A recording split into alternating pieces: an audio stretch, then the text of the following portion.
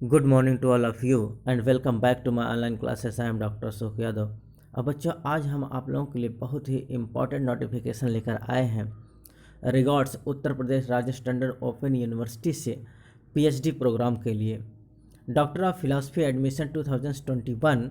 बच्चों, जैसा कि आपको पता है कि पीएचडी कोर्स जो है अब करीब करीब जितने भी यूनिवर्सिटीज़ हैं, सब यूनिवर्सिटीज़ में असिस्टेंट प्रोफेसर बनने के लिए ये निर्धारित कर दिया गया है कि अब पीएचडी प्रोग्राम जो पीएचडी किया हुआ होगा उसी एप्लीकेंट को लिया जाएगा। केवल डिग्री कॉलेज या पोस्ट ग्रेजुएट कॉलेज के लिए, यूजी कॉलेज और यूजी और पीजी के लिए ही नेट या जेआरएफ अप्लीकेबल होंगे। लेकिन यूनिवर्सिटी में जितने भी यूनिवर्सिटी, चाहे वो सेंट्रल यूनिवर्सिटी हो, चाहे वो स्टेट यूनिवर्सिटी हो, चाहे वो डीम्ड यूनिवर्सिटी हो, चाहे वो प्राइवेट यूनिवर्सिटीज़ हो, चाहे वो ओपन यूनिवर्सिटीज़ हो, यूनिवर्सिटी कैंपस में असिस्टेंट प्रोफेसर के जॉब के लिए बच्चों पीएचडी प्रोग्राम का होना अत्यंत आवश्यक है।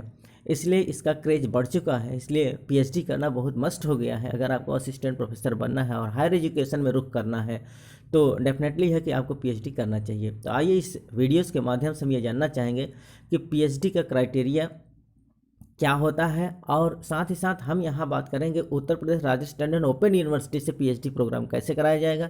बच्चों, बहुत वर्षों बाद राज्य टंडन ओपन यूनिवर्सिटी ने पीएचडी प्रोग्राम स्टार्ट किया है। बीच में इन्होंने बंद कर दिया था, लेकिन इस बार 2021 में पीएचडी प्रोग्राम फिर से लागू किया जा रहा है। तो आइए हम इस वीडियोज़ के माध्यम से देखेंगे कि इसका क्या गाइडलाइन है, इसमें क्या एलिजिबिलिटी क्राइटेरिया है, क्या है बेसिस ऑफ सिलेक्शन, और किस प्रकार का कितना फ़ी होगा, कितना इनका एप्लीकेशन फॉर्म भरते समय फ़ी जमा करना पड़ेगा। इन सब तमाम चीज़ों की जानकारी हम इसी वीडियोज़ के माध्यम से करेंगे। तो आइए बच्चों, हम वीडियो स्टार्ट करते हैं। PhD program, PhD doctor of philosophy admission 2021। आइए नोट के विषय में देखें, क्या इसमें कुछ रिमार्केबल चीज़ है, क्या इसमें रिमार्क किया गया है।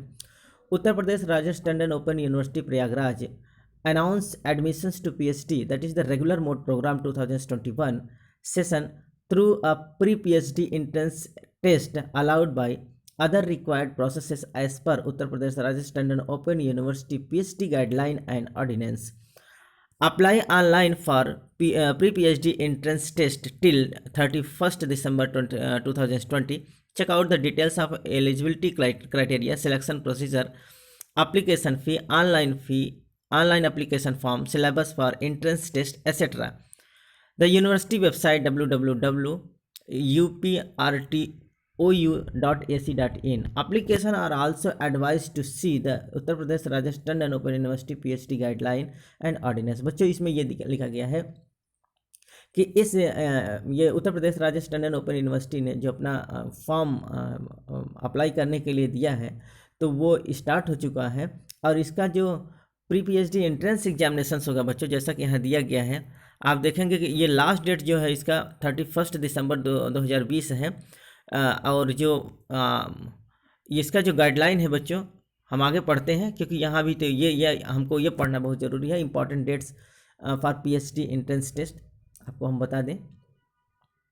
ये देखिए, सबसे पहले दिया है date for availability of online application form on website पर जो ऑनलाइन एप्लीकेशन फॉर्म भरा जा रहा है बच्चों, ये 26 नवंबर से स्टार्ट हो गया है। तो 26 नवंबर से भरा जाएगा। Last date of registration on online application करने का जो लास्ट डेट होगा बच्चों वो 26 दिसंबर होगा। करीब करीब एक महीने का पूरा समय मिल रहा है। 26 नवंबर से ऑनलाइन एप्लीकेशन फॉर्म भरा जाएगा और 26 दिसंबर को ऑनलाइन एप्लीकेशन का लास्ट डेट है। अगर हम बात करें बच्चों last date for deposition of entrance examination fee, तो 26 दिसंबर को ही ऑनलाइन एप्लीकेशन फॉर्म का फ़ीस जो है बच्चों, वो फ़ी भी जमा करने का लास्ट डेट कितना है, 26 दिसंबर है। Last date for submission of the online application form, मतलब फॉर्म फीस जमा करने का लास्ट डेट तो केवल 26 दिसंबर है, लेकिन फॉर्म सबमिट करने का लास्ट डेट कितना है बच्चों, 31 दिसंबर है। तो 26 नवंबर से फॉर्म मिल रहा है, फॉर्म अप्लाई कर सकते हैं आप अपने ऑनलाइन एप्लीकेशन फॉर्म।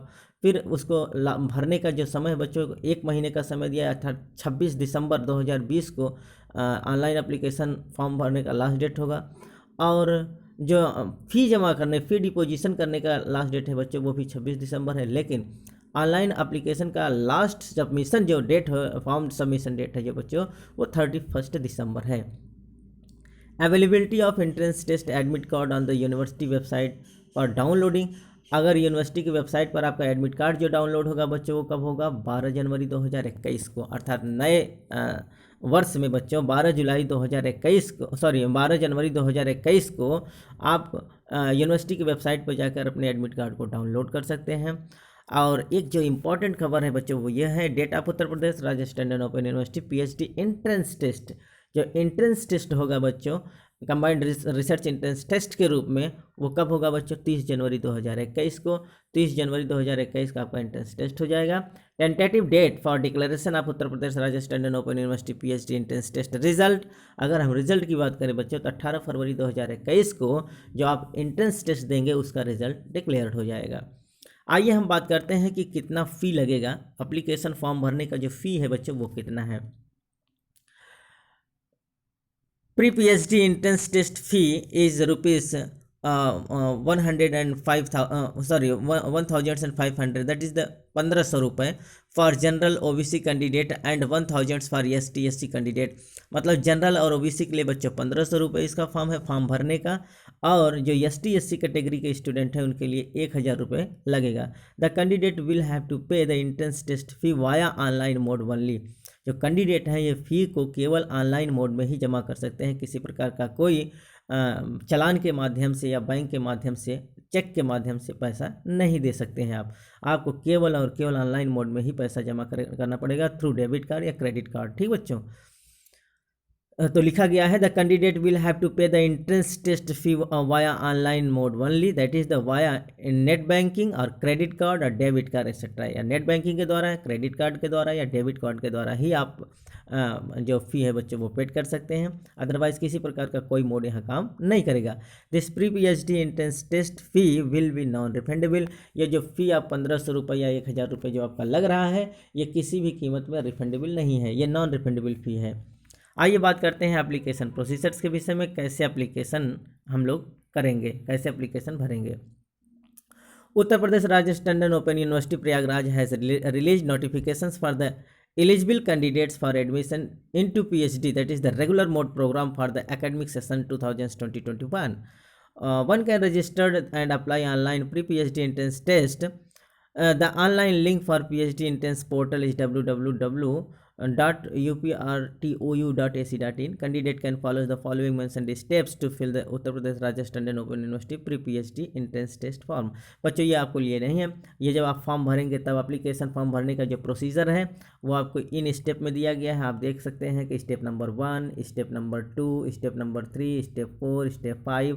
तो ये बच्चों फॉर्म जो भरने के लिए है ये टोटल स्टेप्स दिए गए हैं। तो आप जब फॉर्म भरेंगे तो आप इसको देख लीजिएगा। आप साइबर कैफ़े पर जाएंगे, साइबर कैफ़े पर आप अपना भरवा लीजिएगा, या आप खुद भरना चाहते हैं तो इस स्टेप को फॉलो करिए और फॉर्म को भरिए।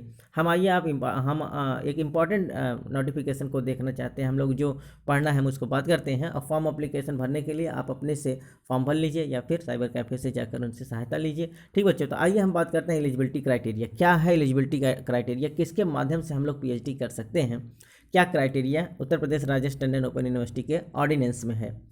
The eligible criteria for admission to pre PhD program mentioned as follows. जिस प्रकार से दिया गया है बच्चों, हम बात करते हैं। Possesses master degree in concern or allied or relevant subject area discipline for the university recognised by the Uttar Pradesh grant commission और any other qualifying organisation as equivalent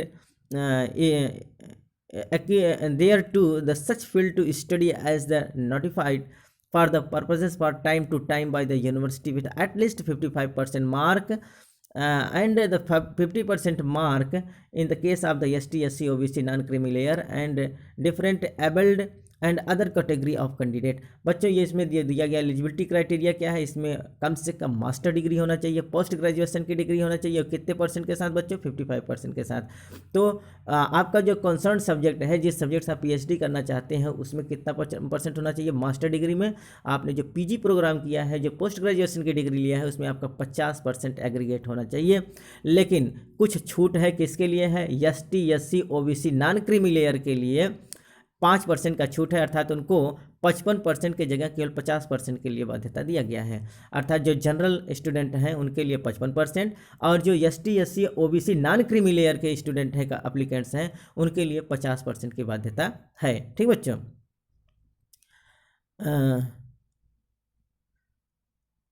तो आगे हम देखते हैं PhD program offered. PhD program किस किस subject के लिए ऑफर्ड किया गया है, बात करते हैं उसके विषय में।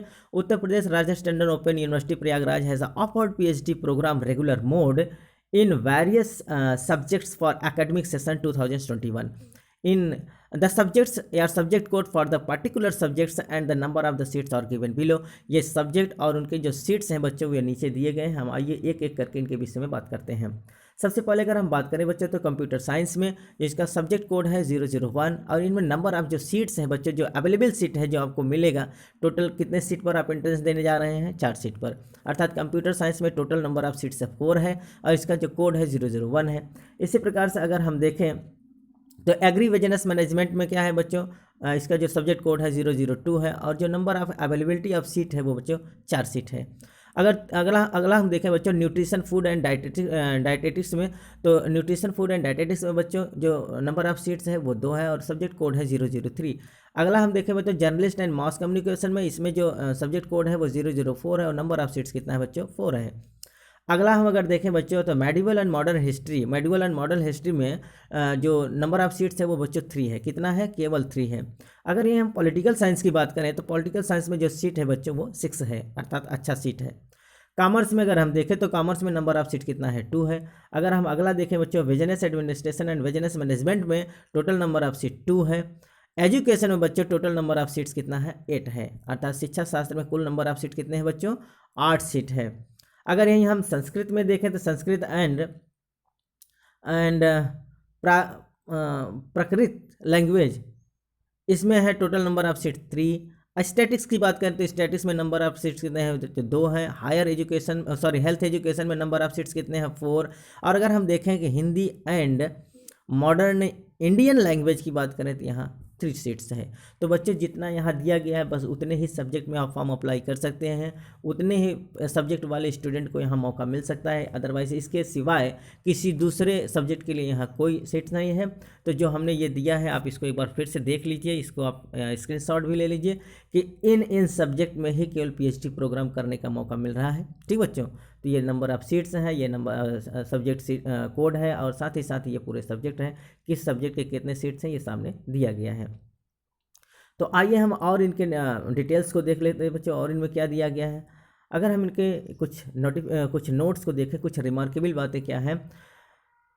The number of available seat as mentioned above may be increased और डिक्रीज, अर्थात जो ये सीट दिया गया है उसमें या तो फिर इजाफा किया जा सकता है या फिर घटाया भी जा सकता है।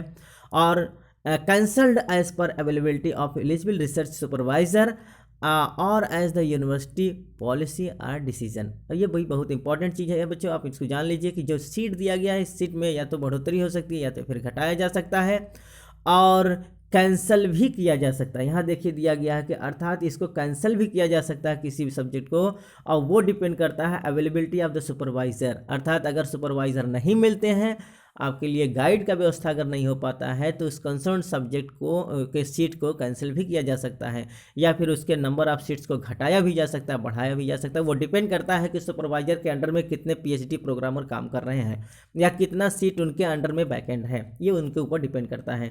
तो सुपरवाइजर डिक्लेयर्ड हो जाने के बाद इसमें सीट में इजाफा भी हो सकता है और घटाया भी जा सकता है according to the ordinance of the university. ठीक बच्चों, तो उत्तर प्रदेश राजस्थान इंडियन यूनिवर्सिटी के जो ऑर्डिनेंस है, ऑर्डिनेंस के आधार पर वो अपना डिसीजन ले सकते हैं, या तो सीट को बढ़ा सकते हैं या फिर घटा सकते हैं, कैंसिल भी करने का अधिकार उनको है। अगला जो इम्पोर्टेंट बात है बच्चों वो ये है कि रिजर्वेशन रूल्स और policy of Uttar Pradesh government will be followed for PhD program. जिस प्रकार से उत्तर प्रदेश यूनिवर्सिटी का पॉलिसी है, ठीक बच्चों, अर्थात रिजर्वेशन पॉलिसी, रिजर्वेशन रूल जो उत्तर प्रदेश गवर्नमेंट की तरफ से होता है बच्चों वो यहाँ दिया जाएगा। अर्थात रिजर्वेशन कोटा जिस प्रकार से चलता चला आया है वही रहेगा। Vertical and horizontal reservation policy और rule of Uttar Pradesh government will be implemented as per availability of seats in the particular subjects under 100 points roster rule. अर्थात 100% रोस्टर रूल के आधार पर बच्चों यहाँ जो वर्टिकल हॉरिजेंटल रिजर्वेशन कोटा होता है बच्चों, तो यहाँ vertical and horizontal reservation policy यहाँ लागू होगा on the basis of the Uttar Pradesh government. ठीक बच्चों, आइए अगर हम बात करें ड्यूरेशन का कि कितना ड्यूरेशन पीएचडी प्रोग्राम के लिए, कितने साल का पीएचडी प्रोग्राम होगा, तो हम बात करते हैं the Uttar Pradesh Rajasthan standard open university PhD program shall be for the minimum duration of 3 years including course work and a maximum of 6 years duration except the candidate of Uttar Pradesh Rajasthan standard university PhD guidelines. अगर बात हम करें बच्चों तो इसमें कम से कम 3 साल का समय, जैसा कि यहाँ दिया गया है कि कम से कम इसमें 3 साल का समय और ज़्यादा से ज़्यादा 6 साल का समय पीएचडी प्रोग्राम के लिए दिया जाता है। अमूमन सब जगह ऐसे होता है। इस प्रकार से राजस्थान ओपन यूनिवर्सिटी के पॉलिसी में भी, इनके ऑर्डिनेंस में भी यही चीज़ है कि कम से कम 3 वर्ष का और ज़्यादा से ज़्यादा 6 वर्ष का पीएचडी प्रोग्राम होगा, जिसमें कोर्स वर्क भी इंक्लूड है। अर्थात कोर्स वर्क 6 महीने का कोर्स वर्क होगा, इसके बाद आपका पीएचडी प्रोग्राम होगा। तो कुल मिला के 3 साल का कम से कम होता है समय और ज़्यादा से ज़्यादा 6 वर्ष का। और ये 6 वर्ष का समय जो एक्सीड किया गया, जो एक्सटेंडेड डेट समय दिया जाता है, वो on the basis of the Uttar Pradesh Rajasthan open university guideline. अर्थात इनका जो गाइडलाइन बनाया गया है, गाइडलाइन नंबर 3 अर्थात 12.3 का जो रेगुलेशन है, जो गाइडलाइन है बच्चों, वो आप रेगुलेशन में पढ़ेंगे। तो इस रेगुलेशंस के आधार पर किसी स्टूडेंट को 1 या 2 साल का एक्सटेंशन मिलता है। वो डिपेंड करता है उनके गाइडलाइन पर कि किस प्रकार के एक्सटेंशन, जैसे कोई प्रेग्नेंट लेडीज है तो उसको मातृत्व लाभ के लिए बच्चों 2 साल का एक्सटेंशन दिया जाता है। वो डिपेंड करता है, वो आगे अगले नेक्स्ट वीडियो में हम लोग बात कर लेंगे। यहाँ हम लोग केवल इतना ही जानेंगे कि कम से कम 3 वर्ष और ज़्यादा से ज़्यादा 6 वर्ष का समय पीएचडी प्रोग्राम के लिए मिलता है। आइए अब हम जो सबसे बहुत इंपॉर्टेंट खबर है बच्चों, ये है कि एंट्रेंस टेस्ट कैसे होगा। अर्थात जो क्रेट का एग्जाम होगा, कंबाइंड रिसर्च एंट्रेंस टेस्ट जो यूनिवर्सिटी ऑर्गेनाइज कराएगी, वो उसका क्या क्राइटेरिया होगा, कैसे होगा। आइए बात करते हैं एंट्रेंस टेस्ट प्रोसीजर के विषय में। There will be an objective type questions paper of 1.5 hours duration, that is the 90 minutes in pre-PhD entrance। बच्चों जो पेपर होगा वो ऑब्जेक्टिव टाइप क्वेश्चन होगा, मल्टीपल चॉइस क्वेश्चन होगा, एमसीक्यू टाइप का क्वेश्चन होगा, और ये टोटल 1.5 घंटे का होगा। अर्थात 90 मिनट का प्री पीएचडी टेस्ट कंडक्ट कराया जाएगा। Entrance test containing 70 multiple choice question, देखिए यहाँ दिया है entrance test containing 70 multiple choice questions. तो यहाँ 70 मल्टीपल चॉइस क्वेश्चन दिए जाएंगे। कितना बच्चों? 70 मल्टीपल टाइप के क्वेश्चन दिए जाएंगे, एमसीक्यू दिया जाएगा। The item of the entrance test will consist of 50% of research methodology and remaining 50% will be subject specific. बहुत अच्छा चीज़ है बच्चों, ये जो 70 मल्टीपल चॉइस क्वेश्चन दिए जा रहे हैं, इसमें से 50% रिसर्च मेथोडोलॉजी के क्वेश्चन होंगे और 50% आपका कंसर्निंग सब्जेक्ट से होता है। जो आपका स्पेसिफिक सब्जेक्ट है, जिस सब्जेक्ट से आप पीएचडी प्रोग्राम करना चाहते हैं, 50% उससे क्वेश्चन आएगा और 50% आपका रिसर्च मेथोडोलॉजी से क्वेश्चन पूछा जाएगा। इस प्रकार से टोटल कितने हैं बच्चों? 70 मल्टीपल चॉइस क्वेश्चन है। तो कुल मिला के 35 क्वेश्चन जो होगा वो रिसर्च मेथोडोलॉजी से होगा और 35 क्वेश्चन जो होगा आपका सब्जेक्ट स्पेसिफिक होगा, कंसर्निंग सब्जेक्ट से पूछा जाएगा। The entrance test syllabus is mentioned in the next page of this information brochure. जो इसका सिलेबस है बच्चों प्रत्येक सब्जेक्ट के लिए, जो आपका कंसर्निंग सब्जेक्ट है उस सब्जेक्ट का जो सिलेबस है, साथ ही साथ रिसर्च मेथोडोलॉजी का जो सिलेबस है बच्चों, वो नेक्स्ट पेज पर दिया जाएगा। अर्थात इन्फॉर्मेशन ब्रोचर में आपको दिखाया गया है। हम नीचे आपको बता देंगे, आप देख लीजिएगा कि वहाँ पूरे सिलेबस दिए गए हैं।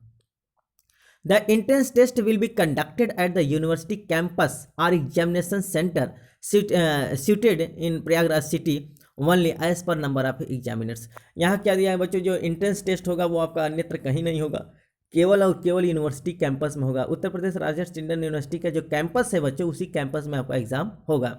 The candidate can download their admit card of Uttar Pradesh Rajasthan and Open University pre-PhD entrance test session 2021 from the university website www.uprtou.ac। अर्थात 31 दिसंबर 2020 तक। कब बच्चों?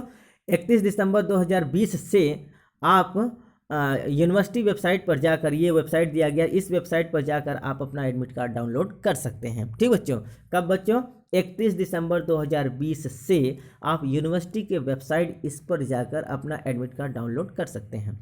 आइए अब हम बात कर लेते हैं सिलेक्शन प्रोसीजर क्या होगा सिलेक्शन प्रोसेस, किसके आधार पर सिलेक्शन होता है। एंट्रेंस टेस्ट हो जाएगा, फिर और क्या करना पड़ेगा? Candidate who will meet the required cut off will be called as the interview. जो कैंडिडेट एंट्रेंस एग्जामिनेशंस को पास कर लेगा, जो उसको क्वालिफाई कर लेगा, उसको फाइनली इंटरव्यू में बुलाया जाएगा। अर्थात पहले आप प्री देंगे, कुल मिला के एंट्रेंस एग्जाम देंगे, एंट्रेंस एग्जाम क्वालिफाई करने के बाद आपको इंटरव्यू के लिए कॉल किया जाएगा। The overall merit list would be prepared on the basis of the mark obtained in the written test as well as the interview. तो जो फाइनल मेरिट लिस्ट तैयार होगा बच्चों, वो आपका जो इंट्रेंस टेस्ट आप देंगे, जो रिटन टेस्ट देंगे 70 नंबर का, तो जो 70 क्वेश्चन आपका बनेगा, वो 70 क्वेश्चन के रिटन एग्जाम पर प्लस इंटरव्यू, इन दोनों को एग्रीगेट जोड़कर मेरिट लिस्ट तैयार किया जाएगा। In the final merit candidate would be given a weightage of 70% to the entrance test, 20% to the performance in the interview and maximum of 10% mark to the to the NET, SLET and JRF etc. qualified applicant। तो जो अब ये जो criteria बनाया जा रहा है बच्चों, वो क्या होगा, 70% आपका एंट्रेंस टेस्ट से लिया जाएगा, 20% आपका जो इंटरव्यू का परफॉर्मेंस होगा उसके आधार पर लिया जाएगा, और 10 नंबर बच्चों आपको रिलैक्सेशन मिल रहा है। ऐसे स्टूडेंट को रिलैक्सेशन मिलेगा जिन्होंने नेट, सेलेक्ट या JRF क्वालिफाई किया है।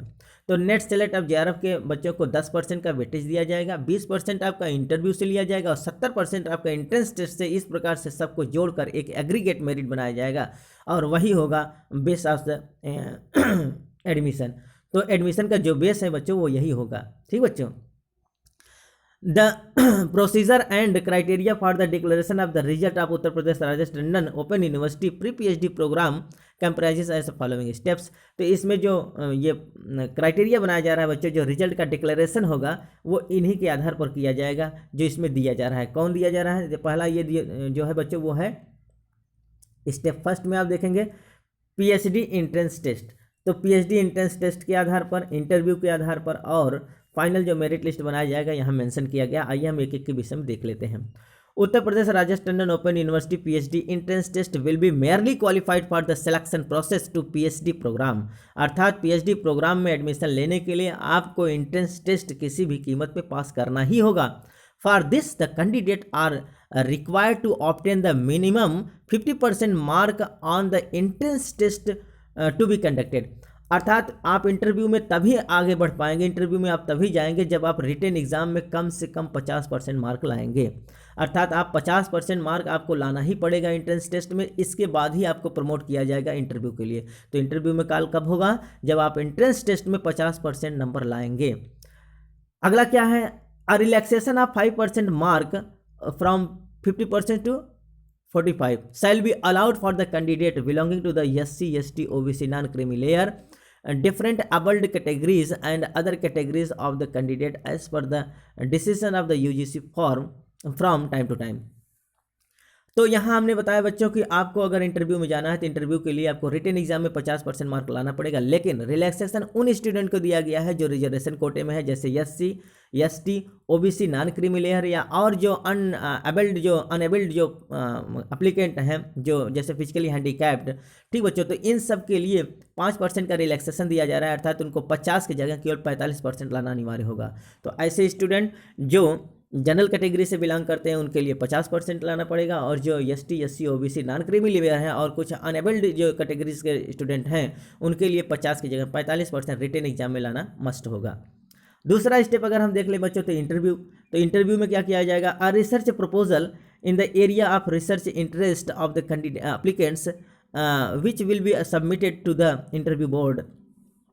तो बच्चों इसमें क्या करना पड़ेगा? एक रिसर्च प्रपोजल बनाना पड़ेगा। ये बहुत इंपॉर्टेंट है। आप देखिए, एक रिसर्च प्रपोजल आपको बनाना पड़ेगा। जब आप इंटरव्यू में जाएंगे तो इंटरव्यू में आप एक रिसर्च प्रपोजल बना के जाएंगे, अर्थात जो आपका हाइपोथेसिस होगा, जो आप जिस पर करना, जो आपका परिकल्पना होगा कि हम PhD प्रोग्राम इस टॉपिक पर करना चाहते हैं, तो एक रफ एंड टफ आपको क्या करना पड़ेगा? एक रिसर्च प्रपोजल बना के ले जाना पड़ेगा और वो आपको वहाँ क्या करना पड़ेगा? प्रेजेंट करना पड़ेगा, वहाँ दिखाना पड़ेगा। कब? At the time of the interview. जब आप इंटरव्यू के लिए फेस करने जा रहे हैं, आप जब एंट्रेंस टेस्ट पास कर लेते हैं, उसके बाद इंटरव्यू के लिए जब आपको कॉल कराया जाता है, तो इंटरव्यू में आपको एक एडवाइस दिया गया है कि आप रिसर्च प्रपोजल अपना बना कर ले जाएंगे जिस पर आप काम करना चाहते हैं। ठीक बच्चों, आगे क्या लिखा गया है?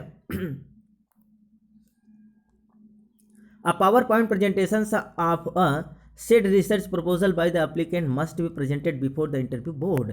अर्थात इंटरव्यू बोर्ड में आप जाएंगे जब इंटरव्यू बोर्ड से पहले ही, अर्थात आपको पावर पॉइंट प्रेजेंटेशन करना है, अर्थात PPT बनाना पड़ेगा।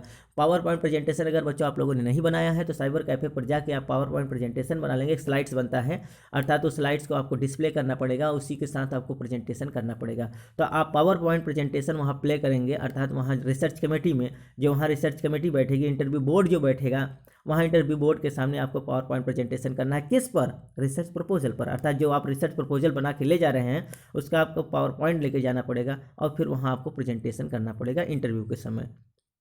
आइए अगला हम देख लेते हैं क्या किया है। The presentation of the tentative synopsis followed by the interview shall be organized by the concerned school of studies. Candidate must bring all the relevant documents during the interview. आपको इंटरव्यू के समय सभी अपना documents, original documents as well as the xerox copy, ये सब ले जाना पड़ेगा बच्चों।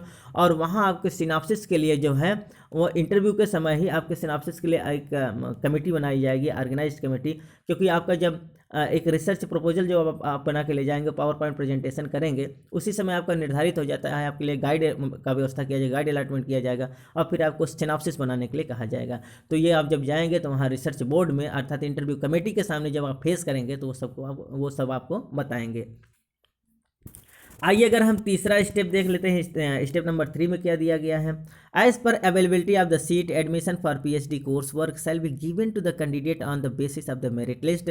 मेरिट लिस्ट के आधार पर जो सीट है बच्चों, सीट की अवेलेबिलिटी और जो कोर्स वर्क है ये बच्चों मेरिट लिस्ट पर डिपेंड करता है। The reservation policy of Uttar Pradesh state government will be followed in the admissions as per process, अर्थात उत्तर प्रदेश गवर्नमेंट के द्वारा जो रिजर्वेशन पॉलिसी निर्धारित की गई है वो आपको टाइम टू टाइम मिलता रहेगा और वो मिलेगा भी। Amongst those application who have cleared step first and merit list in 100 points comprises for entrance test mark, weightage mark and presentations of tentative synopsis followed by an interview shall be prepared subject wise and category wise. Break of the 100 merit basis point shall be as given. आइए बात करते हैं ये जो 100 point दिया गया है merit base का वो किस आधार पर यहाँ डिवाइड किया गया है। आप देखिए यहाँ दिया गया है particulars, maximum marks and maximum points. तो देखिए सबसे पहला जो दिया गया है इंट्रेंस टेस्ट, तो इंट्रेंस टेस्ट के आधार पर आपको मैक्सिमम मार्क्स कितना मिलेगा? 70 नंबर, अर्थात मैक्सिमम पॉइंट का। ये पॉइंट और मार्क दोनों सेम सेम दिया गया है। तो आपका जो मैक्सिमम मार्क होगा बच्चों इंट्रेंस टेस्ट में कितना होगा? 70 क्वेश्चन पर 70 नंबर, अर्थात प्रत्येक क्वेश्चन पर 1 नंबर के रूप में दिया जा रहा है। तो 70 नंबर मार्क आपका किस पर हो जाएगा? अर्थात 70 पॉइंट किस पर हो जाएगा? ये पॉइंट को बिल्कुल आप इसमें कन्फ्यूज नहीं करेंगे। 100% जो पॉइंट दिया गया है, जहाँ यहाँ देखिए लिखा गया है, ये देखिए लिखा गया है 100 मेरिट बेस पॉइंट, तो यही पॉइंट की बात कर रहा है ये। तो मेरिट बेस पॉइंट और या फिर मैक्सिमम मार्क दोनों सेम है, ठीक बच्चों, तो इसमें कन्फ्यूजन करने की कोई बात नहीं है। तो टोटल जो है एंट्रेंस टेस्ट पर आपका 70 नंबर होगा 70 पॉइंट के लिए। दूसरा जो है बच्चों UGC JRF including JRF UGC CSIR GATE in the concern subject, जिन बच्चों ने JRF क्वालिफाई किया है उनको 10 नंबर क्या मिल जाएगा? बिल्कुल वेटेज के रूप में मिल रहा है। किस रूप में मिल रहा है? वेटेज के रूप में। तो 10 नंबर JRF के स्टूडेंट जिन्होंने CSIR UGC या नेट JRF इन्होंने JRF मतलब NTA में चाहे वो CSIR नेट क्वालिफाई किए हों और या तो फिर वो UGC नेट क्वालिफाई किए हों, उनको 10 नंबर का वेटेज मिल जाएगा। इस प्रकार से 10 मार्क है और 10 मैक्सिमम पॉइंट के रूप में। अगला जो है बच्चों UGC नेट, अर्थात ये तो JRF के लिए था, ये दूसरा UGC net including net UGC CSIR gate select teacher following teacher fellowship holders have passed MPhil program in the concern subject.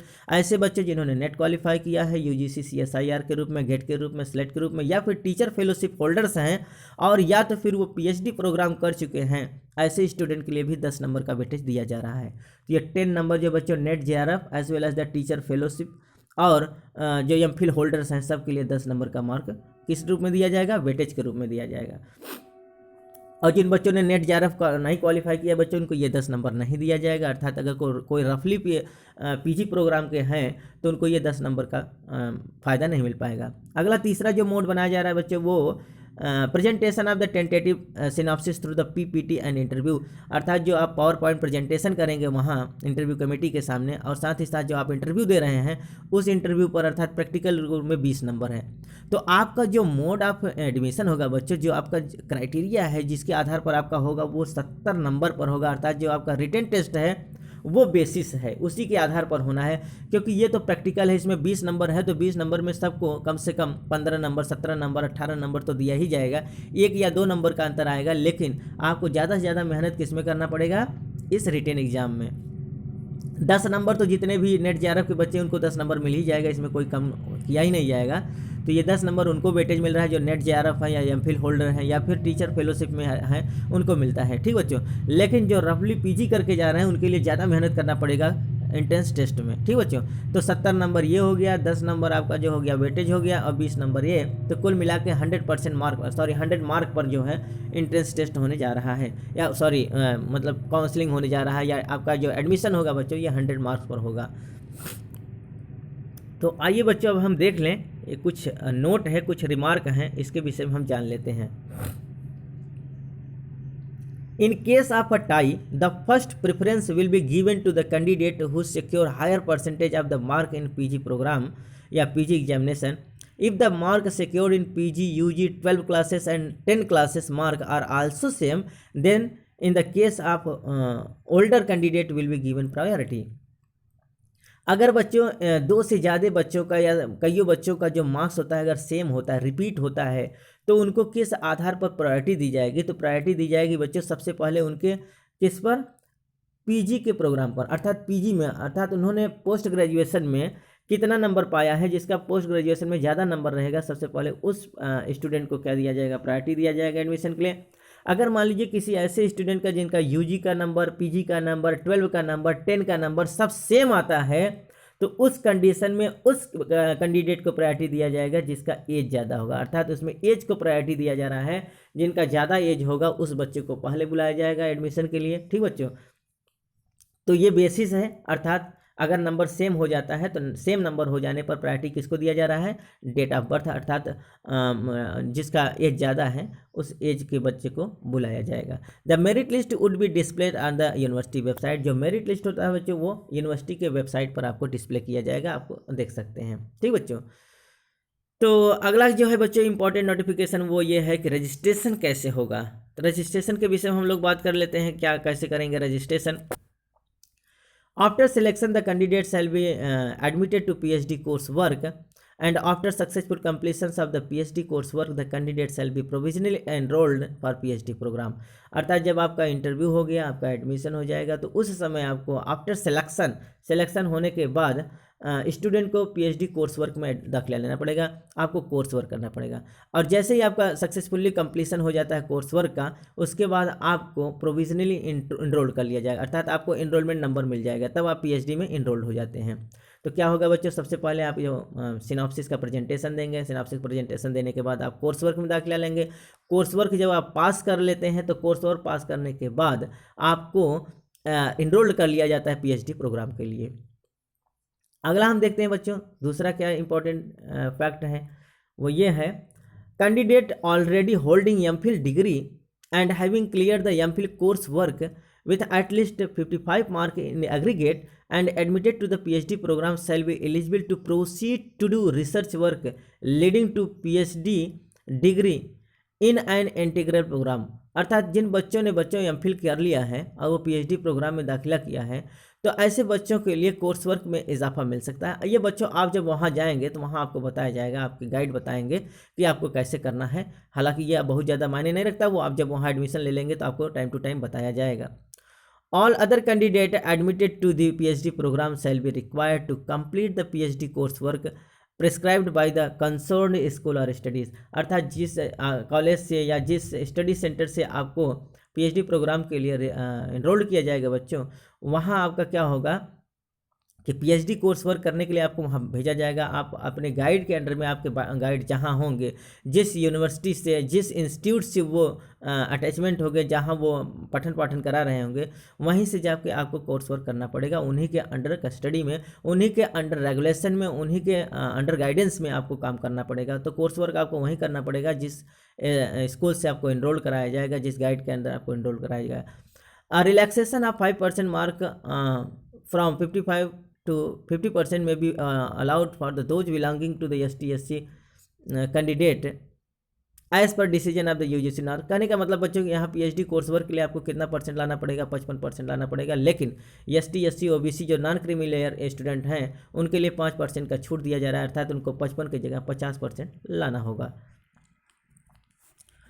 अगला हम देख लेते हैं बच्चों की, all those candidates who are offered a fellowship by the university of any other agencies and registered with the university to purpose of research degree program of the university on full time basis shall belonging to the category of full time students। अर्थात बच्चों ऐसे बच्चे जो fellowship के लिए applicable हैं, जैसे JRF के जो स्टूडेंट हैं जो फुल टाइम जो अपना फेलोशिप पाते हैं, ऐसे बच्चों के लिए वहाँ बच्चों फुल टाइम टाइम दिया जाएगा। अर्थात वो फुल टाइम वहाँ अवेलेबल रहेंगे, उनको उस स्टडी पॉइंट्स और स्टडी सेंटर्स पर जहाँ से उनको स्टडी PhD प्रोग्राम करने का मौका मिला है वहाँ उनको फुल टाइम देना पड़ेगा। In exceptional cases, the research degree committee may allow registrations of the full-time students who do not have fellowship। The full time students shall work at the project and the Prayagraj only.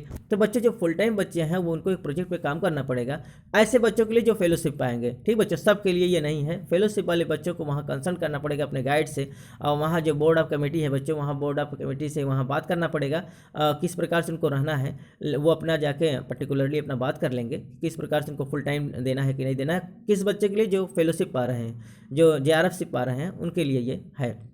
Students who are employed in the Uttar Pradesh Rajesh Tandon Open University and desirous to the purposing the research degree program may be permitted to the registered as per time to student।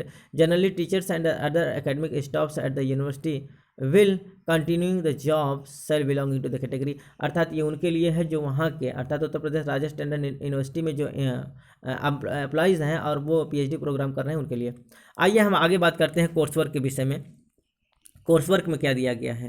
The course work for the PhD program is 16 credit. अर्थात जो course work करेंगे बच्चों वो 16 credit का programme है। कितने बच्चों? 16 credits का प्रोग्राम है। एक क्रेडिट के आधार पर आपको PhD प्रोग्राम दिया जाएगा।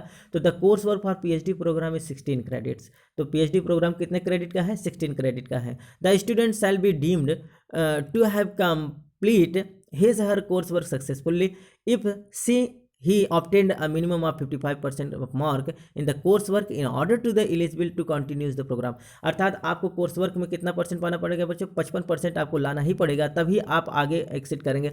अर्थात PhD प्रोग्राम में जब आप कोर्स वर्क करेंगे तो कोर्स वर्क का एक एग्जाम होता है, उस एग्जाम में आपको कम से कम 55% लाना ही पड़ेगा। ठीक बच्चों, लेकिन किसको रिलैक्सेशन दिया जा रहा है? Relaxation of 5% mark from 55 to 50% may be allowed to the those candidate who are belonging to the ST SC OBC non creamy layer of the candidate as per decision of the UGC norms from time to time। अर्थात ऐसे student जो ST SC OBC non creamy layer से belong करते हैं उनको 5% का relaxation देते हुए 55 की जगह 50% कोर्स वर्क में लाना अनिवार्य होगा। In each theory papers of PhD course work 30%, एक minute, in each theory paper of PhD coursework 30% of the total marks shall be assigned for the sessional assessment while the 70% mark will be assigned through the written examination. बच्चों ये जो 55% का बाध्यता दिया गया है इसमें 70% मार्क जो होगा आपका रिटन एग्जामिनेशन के साथ के लिए होगा और 30% मार्क आपका सेशनल असाइनमेंट के लिए। मतलब आपका जो सेशनल असेसमेंट होगा इस सेशनल असेसमेंट के द्वारा 30% मार्क आपको वो दिया जाएगा और 70% आपको अपना परफॉर्मेंस टेस्ट देना पड़ेगा। जो आपने रिटन एग्जाम दिया है रिटन एग्जाम में आपको 70% और जो 30% है बच्चों वो आपके सेशनल असेसमेंट दोनों को जोड़कर आपका परसेंटेज बनाया जाएगा। इस प्रकार से आपको 55% मार्क लाना अनिवार्य होगा और जो रिलैक्सेशन वाले स्टूडेंट हैं उनके लिए कितना? 50% लाना होगा। अब आइए फाइनल सिनॉप्सिस की बात करते हैं। अब आपका कोर्स वर्क हो गया, कोर्स वर्क के बाद आपका क्या होगा? सिनॉप्सिस सबमिशन करना पड़ेगा आपका। अर्थात सिनॉप्सिस फाइनल करने के लिए आपके गाइड के परामर्श से आपको सिनॉप्सिस अलॉट किया हुआ सिनॉप्सिस इम्प्रूव किया जाएगा। ठीक बच्चों, तो आइए देखते हैं कि सिनॉप्सिस कैसे होगा। The 3 copy of the synopsis duly forwarded by the proposed supervisor and joint supervisor, if any, have to be submitted between the 3 to 6 months from the date of the research degree committee RDC। अर्थात RDC के सामने जो research degree committee होगी बच्चों, RDC के सामने आपको कम से कम 3 से 6 मंथ के अंदर, अर्थात the 3 copy of synopsis, synopsis की 3 प्रति, कितनी प्रति बच्चों? यहाँ आप देखिए खूब अच्छे से, the 3 copy of synopsis, synopsis की 3 कॉपी किसके द्वारा फॉरवर्ड किया जाएगा? आपका जो प्रपोज्ड गाइड अर्थात जो सुपरवाइजर है और साथ ही साथ जब का जॉइंट सेक्रेटरी, अगर जॉइंट सुपरवाइजर एंड को सुपरवाइजर, अगर आपको कोई को सुपरवाइजर अलॉट किया जाता है तो जरूरी नहीं कि आपको को सुपरवाइजर भी मिले, अगर मान लीजिए आपके पास सुपरवाइजर और को सुपरवाइजर दोनों हैं, तो दोनों के सहमति, इस दोनों के फॉरवर्ड करने से, अर्थात आपको 3 कॉपी सिनॉप्सिस तैयार करना पड़ेगा, and to be submitted between 3 to 6 month from the date of the research committee. अर्थात आरडीसी की मीटिंग होने के, जब आरडीसी आपकी हो जाती है, आरडीसी के मीटिंग होने के 3 से 6 महीने के अंदर आपको 3 कॉपी सिनॉप्सिस की जमा करनी पड़ेगी, which is forwarded by the supervisor as well as the co supervisor. तो सुपरवाइजर और को सुपरवाइजर के द्वारा फॉरवर्ड किया गया सिनॉप्सिस की 3 कॉपी आपको आरडीसी हो जाने के बाद, रिसर्च डिग्री कमेटी के बाद 3 से 6 महीने के अंदर आपको जमा करना पड़ेगा। Each page of the synopsis must be assigned by the candidate and the supervisor both. अब प्रत्येक कॉपी के, ये जो 3 कॉपी आपकी बन रही है, वो प्रत्येक पेज पर आपका और आपके सुपरवाइजर का साइन होना मस्ट है, अर्थात उनका सिग्नेचर होना चाहिए, आपका भी होना चाहिए और आपके सुपरवाइजर का प्रत्येक पेज पर होना चाहिए। The synopsis must include first the title of the program, अर्थात प्रॉब्लम, अर्थात सिनॉप्सिस में आपका क्या क्या इंक्लूड होगा। सबसे पहले उस पर टाइटल ऑफ द प्रॉब्लम, अर्थात टाइटल होगा, उस पर आपका टाइटल लिखा होना चाहिए। The need of the study, the view of the related literature, ये सब आपका आना चाहिए, अर्थात जो प्रॉब्लम्स है वो आना चाहिए, आपका लिटरेचर वहाँ आना चाहिए, मेथोडोलॉजी होना चाहिए, डेट सोर्सेस। इस प्रकार से ये जो बिब्लियोग्राफी, ये आपका सिनॉप्सिस का एक सीक्वेंस दिया गया। बच्चों आप इसको पढ़ लेंगे कि सिनॉप्सिस कैसे बनाया जाता है। तो सिनॉप्सिस का ये सीक्वेंस दिया गया कि इस प्रकार से फर्स्ट पॉइंट पे क्या दिया गया, आपका टाइटल होना चाहिए, फिर नीड ऑफ स्टडी होना चाहिए कि स्टडी के कौन कौन से नीड होंगे, फिर आपको रिव्यू देना पड़ेगा, अर्थात लिटरेचर वही आपको देना है, फिर मेथोडोलॉजी, किस प्रकार से, किस मेथड से आप करने जा रहे हैं, फिर डेटा सोर्सेस, आपका जो डेटा है, चाहे वो प्राइमरी डेटा बेस्ड हो चाहे सेकेंडरी डेटा बेस्ड हो, वो देना पड़ेगा। फिर चैप्टर या प्लान, अर्थात आपको चैप्टर निर्धारित करना पड़ेगा, पूरे कोर्स वर्क को आपको चैप्टर वाइज अलग करना पड़ेगा, अर्थात वो सेपरेट करके चैप्टर वाइज। फिर लास्ट में आपको बिब्लियोग्राफी देना पड़ेगा। तो ये सब चीज़, जो सिनॉप्सिस बनाने का एक सीक्वेंस, एक फॉर्मेट है बच्चों, उस फॉर्मेट के आधार पर ही आपको सिनॉप्सिस बनाना पड़ेगा। और सिनॉप्सिस का 3 कॉपी बनेगा, और तीनों कॉपी जो है आरडीसी की मीटिंग हो जाने के 3 से 6 महीने के अंदर आपको अपना साइन और अपने सुपरवाइजर या को सुपरवाइजर सबका साइन एक पेज पर, मतलब प्रत्येक पेज पर करवा के वहाँ सबमिट करना पड़ेगा। फॉर्मेट आप जरूर ध्यान देंगे कि इसी फॉर्मेट आपको सिनॉप्सिस तैयार करना है। आइए बच्चों, जो सबसे इंपॉर्टेंट चीज़ है वो अब हम जान लेते हैं कि फ़ी स्ट्रक्चर क्या होगा, कितना फ़ी लगता है। तो आइए हम बात करते हैं the fee schedule for doctor of philosophy PhD program is as given below. तो यहाँ नीचे दिया गया है पीएचडी प्रोग्राम के लिए, डॉक्टर ऑफ फिलॉसफी के लिए जो आपको फ़ी देना पड़ेगा वो ये इतना है बच्चों। एंट्रेंस टेस्ट के लिए सबसे पहले आपको 1500 रुपये देना पड़ेगा, तब आप एंट्रेंस टेस्ट के लिए फॉर्म अप्लाई कर सकते हैं। एक्सेप्ट एसटी एससी के लिए इसको कितना देना पड़ेगा बच्चों, 1000। जहाँ जनरल ओबीसी के लिए 1500 रुपये फी देना पड़ेगा ऑनलाइन एप्लीकेशन फॉर्म भरने के लिए, वहीं एसटी ओबीसी के लिए केवल 1000 रुपये देना है। दूसरी बात हम बातें करते हैं तो रजिस्ट्रेशन एंड एग्जामिनेशन फी की अगर हम बात करें, कोर्स वर्क के लिए जब आपका एग्जाम क्वालिफाई हो जाता है तो बच्चों कोर्स वर्क के लिए आपको 5000 रुपये एक बार में जमा करना पड़ेगा। अगला जो है बच्चों पीएचडी रजिस्ट्रेशन फ़ी, जब आपको एनरोलमेंट अलॉट किया जाएगा, जब आप एनरोल होने जा रहे हैं उस समय आपको 1000 रुपये ये वन टाइम में देना पड़ेगा। ये केवल एक टाइम, अर्थात आपको एक ही बार देना पड़ेगा पूरे पीएचडी ड्यूरेशन में। तो रजिस्ट्रेशन हो गया। अगला जो है बच्चों, अब यहाँ से शुरू हो जाता है आपका प्रोग्राम फीस, अर्थात आपको पर एनम जितने साल आप पीएचडी करेंगे उसमें कितना है टोटल 10,000 रुपये पर एनम के हिसाब से आपको फी जमा करना पड़ेगा। ठीक बच्चों, ये दोनों एक ही बार दिया जाएगा, जैसा कि रजिस्ट्रेशन फीस 5000 रुपये एक बार लग जाएगा, और रजिस्ट्रेशन और एग्जामिनेशन फीस 5000 एक बार लग जाएगा, और पीएचडी रजिस्ट्रेशन जो एनरोलमेंट फीस है बच्चों वो 1000 एक बार लगेगा, इसके बाद ये नहीं लगेगा। लेकिन ये जो 10,000 फीस है ये पर साल लगेगा। अगला है बच्चों प्री सबमिशन वाइवा फी, अर्थात जो वाइवा आप देंगे प्री पीएचडी, अर्थात प्री पीएचडी वाइवा जिसको कहते हैं, अर्थात पीएचडी से पहले जो आपका वाइवा होता है उसमें 5000 रुपये आपको इसको देना पड़ेगा at the time of the request for the pre submission viva, अर्थात थीसिस सबमिशन के पहले इसको, अर्थात प्री पीएचडी अर्थात थीसिस सबमिशन करने के पहले आपको जो एक प्री सबमिशन वाइवा देना पड़ता है बच्चों, उसके लिए आपको 5000 रुपये जमा करना पड़ेगा। अगला जो बच्चों evaluation of the thesis viva vice fees, अर्थात जब आपका थीसिस इवैल्यूएशन के लिए जाएगा तो थीसिस इवैल्यूएशन के लिए आपको 10,000 रुपये यहाँ भी देना पड़ेगा at the time of the submission of the thesis, जब आप थीसिस को सबमिट कर रहे होते हैं। अगला जो बच्चों कोर्स वर्क और बैक पेपर इफ़ रिक्वायर्ड, अर्थात अगर आपका कोर्स वर्क किसी कारण से आप फेल हो जाते हैं या कोई प्रॉब्लम हो जाता है तो उसके लिए 500 रुपये आपको पर पेपर अलग से जमा करना पड़ेगा। ठीक बच्चों, तो ये तो रहा फ़ी क्राइटेरिया कि इतना फ़ी लगेगा। ठीक बच्चों, अब अगला जो है बच्चों ये है उत्तर प्रदेश राजस्थान टंडन ओपन यूनिवर्सिटी प्रयागराज का सिलेबस। तो आप इसको सिलेबस के लिए बच्चों आप जाके पीडीएफ अपना डाउनलोड कर लीजिएगा और हर एक के लिए सिलेबस आप देखिए सिलेबस जो है ये रिसर्च मेथोडोलॉजी के लिए है कि आपके एंट्रेंस टेस्ट में रिसर्च मेथोडोलॉजी से क्या क्वेश्चन पूछा जाएगा, और साथ ही साथ बच्चों जो सब्जेक्ट स्पेसिफिक है जो आपका कंसर्निंग सब्जेक्ट है उसका भी सिलेबस यहाँ दिया गया है। तो सिलेबस बच्चों आप पीडीएफ डाउनलोड करके आप देख लेंगे। करीब करीब जो इंपॉर्टेंट नोटिफिकेशन से जो इंपॉर्टेंट फैक्ट्स थे बच्चों उसको हम लोगों ने जान लिया है। तो उम्मीद करते हैं बच्चों कि आज का लेक्चर जो है आपको बहुत अच्छे से समझ में आ गया होगा। अगर किसी प्रकार का कोई प्रॉब्लम है, कुछ नहीं समझ में आया है, तो आप कमेंट बॉक्स में जाकर हमको अपना प्रॉब्लम लिखेंगे तो निश्चित तौर पर हम आपका प्रॉब्लम समाधान करेंगे। ठीक है बच्चों, अगर आप हमारे पहले नए व्यूवर हैं तो हमारे चैनल को आप सब्सक्राइब जरूर करें, सब्सक्राइब करें, लाइक करें, अपने यार दोस्तों में भी शेयर करें जो पीएचडी प्रोग्राम करना चाहते हैं। हम बच्चों पीएचडी से रिलेटेड जितने भी फैक्ट होंगे, जितनी भी जानकारियाँ होंगी, हम इसी चैनल के माध्यम से आपको देते रहेंगे।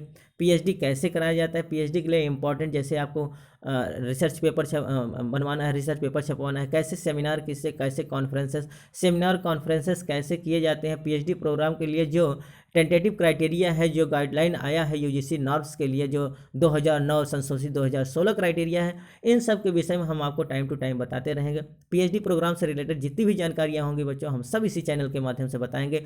तो निश्चित तौर पर बच्चों अगर आपने चैनल को सब्सक्राइब नहीं किया है तो चैनल को सब्सक्राइब जरूर करें, लाइक करें, शेयर करें और बेल आइकन को जरूर प्रेस करें जिससे हमारा जो नया नया नोटिफिकेशन पीएचडी से रिलेटेड जाए वो आपके पास तक पहुंचता रहे।